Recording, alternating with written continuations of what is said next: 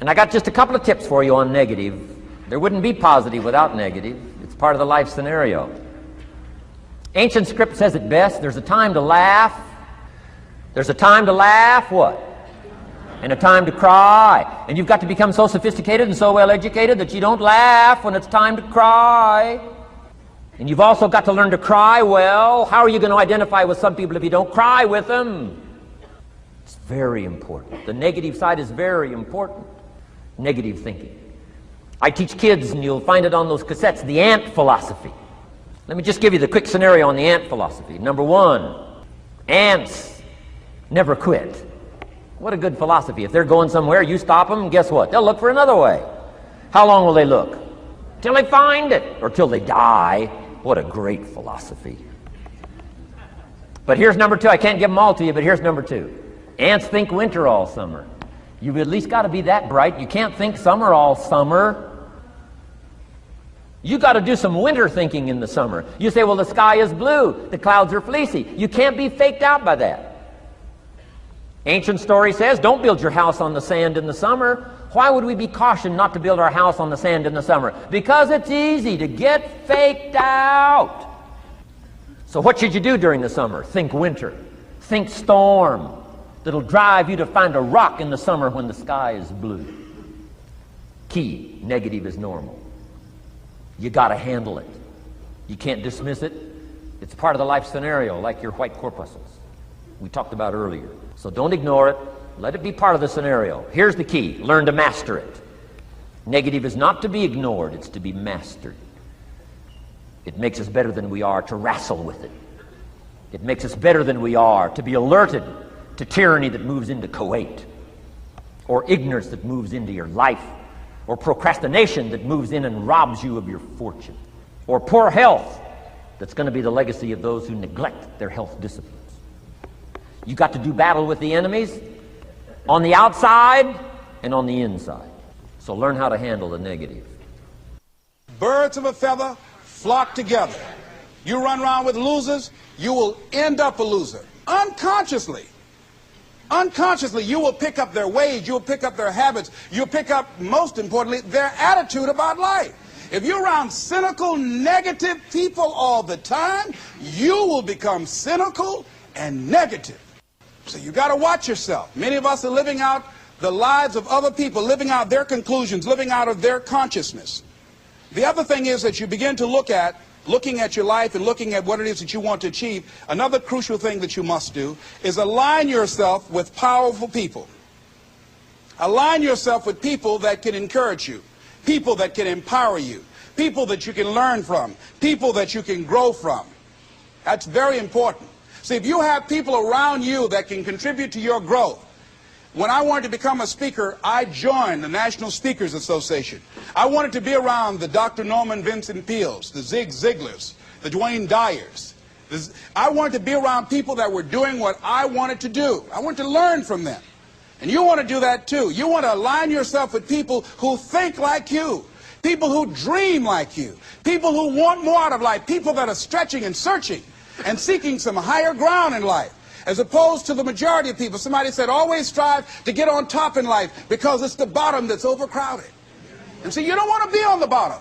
See, it's easy to be on the bottom. It doesn't take any effort to be a loser. It doesn't take any motivation, any drive in order to stay down there on a low level. But it calls on everything in you, ladies and gentlemen. You have to harness your will to say, I'm going to challenge myself. Sometimes I have to pull myself out of bed and say, come on, Les. Things I know I should do, I don't do.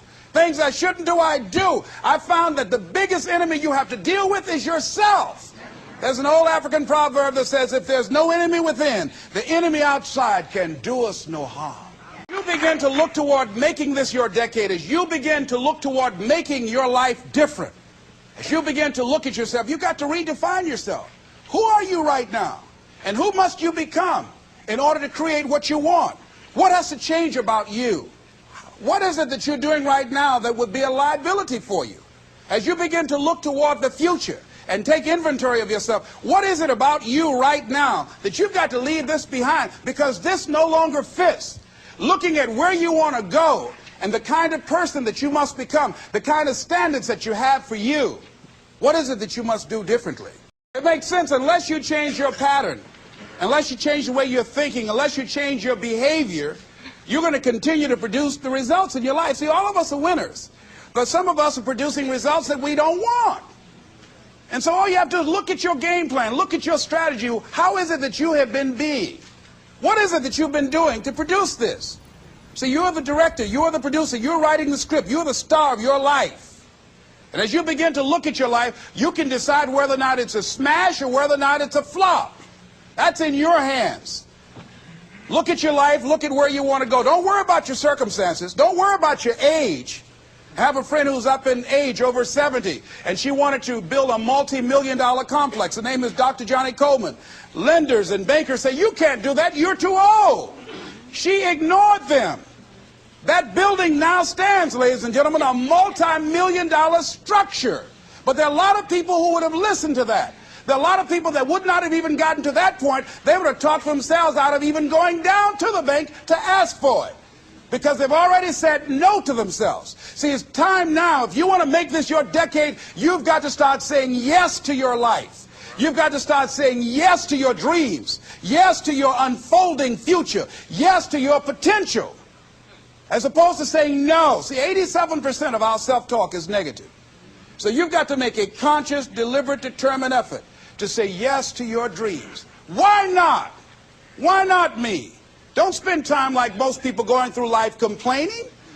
You got to learn to let the past go so you can grow. Many people never act on their dreams because they allow their past experiences to determine what their possibilities are. Whatever you've done in the past, that's not a reflection of your possibilities. That's just a reflection of your consciousness. That's just a reflection of your development and your growth. The future is unfolding for you right now. The future is unlimited for you right now. No one knows where you can go. No one knows what you're capable of or what's possible for you. You don't even know that. I had no idea, ladies and gentlemen. No one could have convinced me that I was able to do this. I'll never forget, I was speaking in Detroit, and a high school friend of mine saw me afterwards, and he was backstage. He said, I can't believe it's the same person.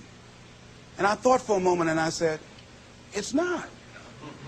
The person you know, he's gone. We have the power to change our personal history, changing the direction of our lives, changing our thoughts, changing where we want to go, exploring new horizons.